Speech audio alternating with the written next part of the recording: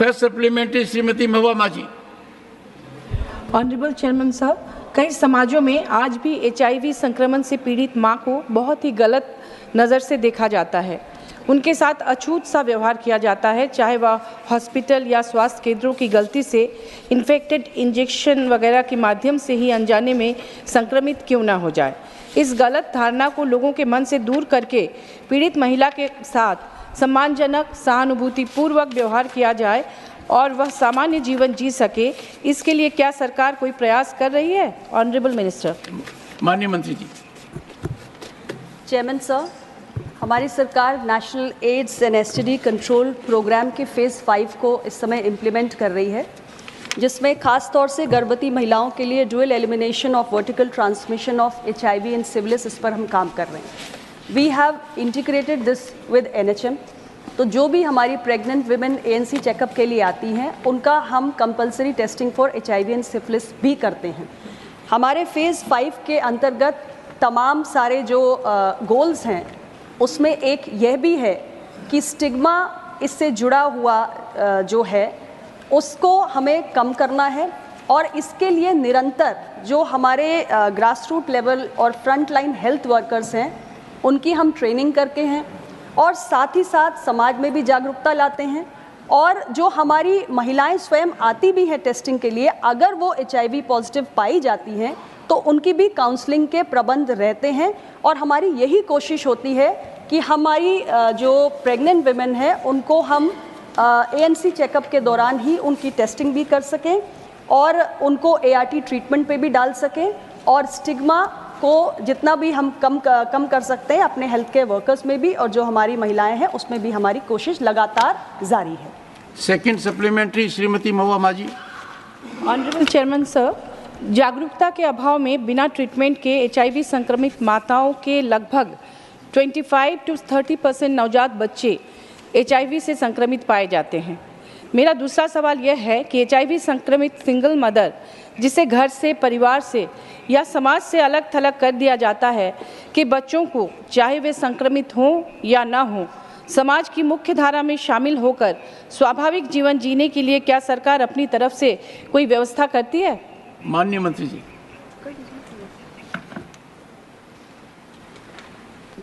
पहली बात मैं माननीय सदस्य को बताना चाहूँगा कि जहाँ तक HIV का सवाल है, एक तो जो स्टिग्मा की बात की गई, इसमें हेल्थ वर्कर से लेकर के डॉक्टर से लेकर के हेल्थ की सारी फ्रेटर्निटी को ये ध्यान में रखना है कि the confidentiality of the patient has to be maintained, it cannot be diverged to anybody. इसलिए हम लोगों ने इस बात को प्रयास किया है, और कॉन्फिडेंशियलिटी रखने के कारण यह इस तरह की समस्या से हमने इसको रोकने का प्रयास किया है। दूसरी बात कि कोई भी माता फर्स्ट 3 मंथ्स के कंसेप्शन के बाद जब वो किसी भी सेंटर पर जाती है, और जो जाना आवश्यक ही है, क्योंकि हमारे आरोग्य मंदिर जो 1,73,000 हैं, वो सभी माताओं की ट्रैकिंग करती है जो कंसीव करती हैं।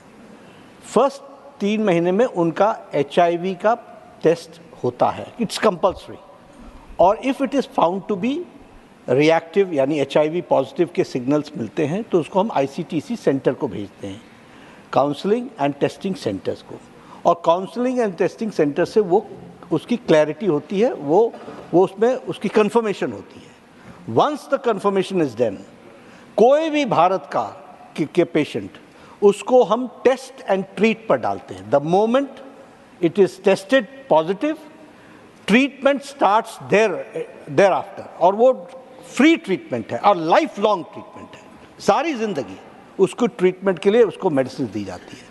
उस व्यक्ति, उस माता को किसी एक हेल्थ सेंटर से जोड़ा जाता है, जहां हम उसकी ट्रैकिंग करते हैं कि वो कंपल्सरी एंटी रेट्रोवायरल्स ड्रग्स ले रही है कि नहीं ले रही है। जब प्रेगनेंसी की डिलीवरी का समय आता है तो उस समय उसके जो लोड है वायरस का, उसको बिल्कुल मिनिमाइज़ कर दिया जाता है, और मिनिमाइज़ करने के साथ साथ डिलीवरी होती है। डिलीवरी होने के बाद माता को भी और बच्चे को भी 72 घंटे के बाद से, और डिपेंडिंग अपॉन द उसमें हम प्रोफिलैक्सिस ट्रीटमेंट देते हैं, यानी इन एंटिसिपेशन देते हैं, और बच्चे को भी हम सिर्फ के द्वारा एंटी रेट्रोवायरल ट्रीटमेंट देते हैं, और वो ट्रीटमेंट 72 घंटे के बाद से लेकर के कभी 12 वीक्स, कभी 16 weeks, depending upon the patient, और हम रेगुलर चेकअप करते हैं कि वो नहीं हो।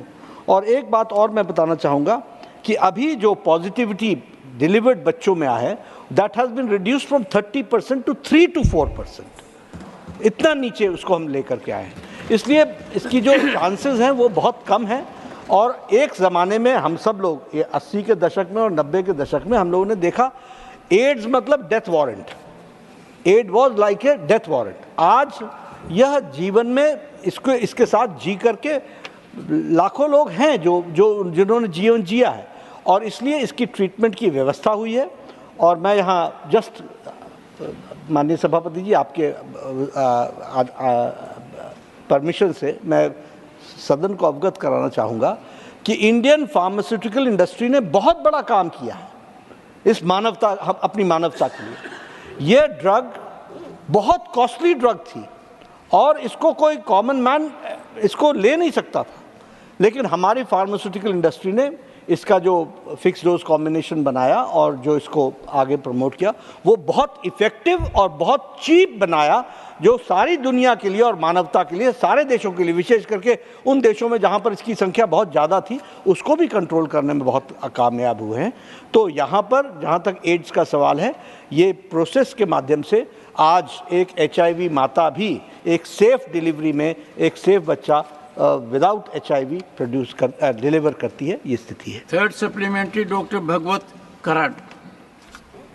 माननीय सभापति महोदय, आपके माध्यम से माननीय मंत्री जी से मैं पूछना चाहता हूं, और मंत्री जी का धन्यवाद भी देता हूं, बहुत ही अच्छा ट्रीटमेंट के बारे में बताया। Is there any rehabilitation centres for the HIV woman and HIV person after they are diagnose as HIV positive? तो उनका आइसोलेशन करने के बाद रिहेबिलिटेशन करके क्या क्या सेंटर्स है, कितने सेंटर्स है, गवर्नमेंट क्या मदद करती है? Honourable minister. माननीय मंत्री जी ने बहुत विस्तार पूर्वक जो ट्रीटमेंट की प्रक्रिया है उसको समझा दिया है। रिहैबिलिटेशन सेंटर्स में डालने की आवश्यकता नहीं होती है, क्योंकि जैसा कि माननीय मंत्री जी ने भी हाउस को बताया कि जो भी हमारे HIV पेशेंट्स होते हैं, जैसे महिलाएं हैं, उनका पूरा बताया कि हम उनको पहले तो डुअल टेस्ट किट्स में उनको देखते हैं कि अगर वो रिएक्टिव हैं तो ICTC सेंटर से उनको लिंकअप करते हैं। अगर वो कंफर्म डायग्नोसिस उनकी आती है तो हम उसे जो नियरेस्ट एंटी रेट्रोवायरल सेंटर होता है उसके साथ कनेक्ट करते हैं। उस सेंटर के साथ कनेक्ट होने के बाद उनकी काउंसलिंग भी चलती है, उनका जो ट्रीटमेंट प्रोटोकॉल है उसको फॉलो किया जाता है, उसकी कंप्लायंस को भी मॉनिटर किया जाता है, और साथ ही उनके जो वायरल लोड असेसमेंट है वो भी हम रेगुलरली करते हैं। लेकिन रिहैब में डालने की ज़रूरत नहीं है, वो सामान्य जीवन जी सकते हैं, अपने घर परिवार के बीच में रह सकते हैं, और उनका जो ट्रीटमेंट प्रोटोकॉल है वो रेगुलरली फॉलो किया जाता है। Supplementary number 4 Shri Rajni Ashok Rao Patil. Sir, I just, through you, I would like to state that how will the government achieve the revised target of eliminating vertical transmission mother to child of HIV in India by 2025, when the original goal was set at 2020. Honorable Minister. Fast on it, और ये जो बता रहे हैं, I will look into it what is the situation. लेकिन HIV is under control, जैसा मैंने कहा 30%। मैं फिर कह रहा हूँ, Renuka ji, no, you are right, you are right, Renuka ji, but you have to get permission for it, please. You are a very senior member. हैं? Yeah, no, permission from the chair. हाँ, permission from the chair. Permission from the chair.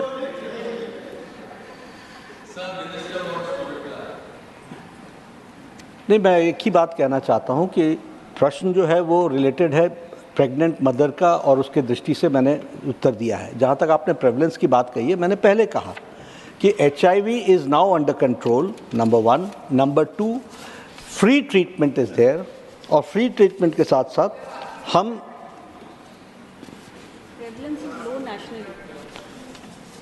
Free treatment is there, test and treat. इसलिए कोई भी patient जिसको भी हम HIV detect करते हैं उसकी ट्रीटमेंट लाइफ लॉन्ग उसको मेडिसिन देने की व्यवस्था भारत सरकार के स्वास्थ्य मंत्रालय द्वारा है। और इसीलिए इसके प्रेवलेंस, देखिए इन्फेक्शन के कई सोर्सेज हो सकते हैं, तो अब वो इन्फेक्शन चलता रहता है लेकिन उसकी ट्रीटमेंट है और वो अंडर कंट्रोल है। Supplementary number 5, Shri Sanjeev Arora. Sir, Mike. Thank you, Chairman, sir. Through you, I would like to ask a question to Honorable Minister. Recently in Germany, a HIV-infected patient was reportedly cured of it by means of stem cell transplant. Has any research in the same direction been conducted in India, or do we plan to conduct the same in near future? Honorable Minister. The scientific innovations and research is a continuous process. And I don't have any information that whether HIV के लिए stem cell के माध्यम से कुछ किया जा रहा है, but it is a continuous process. हमारे यहाँ scientists keep on deliberating on it. जैसे जैसे दवाई मार्केट में आती है वो उसको लोगों के उपयोग के लिए हमारे जो कंट्रोल ड्रग ऑर्गेनाइजेशन है उसके रेगुलेटरी सिस्टम्स को पूरा करके उसको हम question number 81 Shri Abdul Wahab. Honourable minister. is laid on the table of the house. Supplementary number 1 Shri Abdul Wahab. Medical Council of India is the regulatory body for doctors. Similarly, any proposal with the government to frame a regulator under any law as far as acupuncture is concerned. Honorable Minister. Sir ये प्रश्न जो है वो acupuncture को की विधा को recognise करने के बारे में है।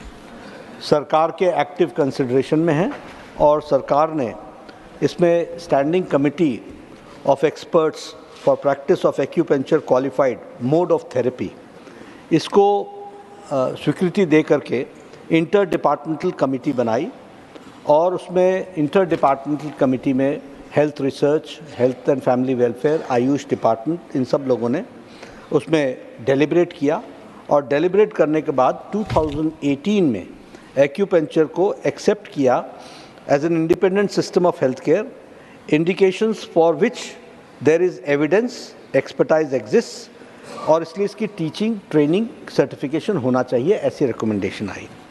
ये आईडीसी की रिपोर्ट के बाद एपेक्स कमिटी ऑन एक्यूपंक्चर ये कॉन्स्टिट्यूट की गई for the promotion and regulation और रेगुलेशन के साथ साथ ये कोर्स बनाना, उनको एग्जामिनेशंस करना, कोर्सेज के साथ साथ कौन डिप्लोमा का क्या कोर्स होगा, डिग्री का क्या कोर्स होगा, हमारे क्या उसके टेम्पलेट होंगे, रूल्स होंगे, रेगुलेशंस होंगे, इस पर उन्होंने वर्कआउट करना प्रारंभ किया है।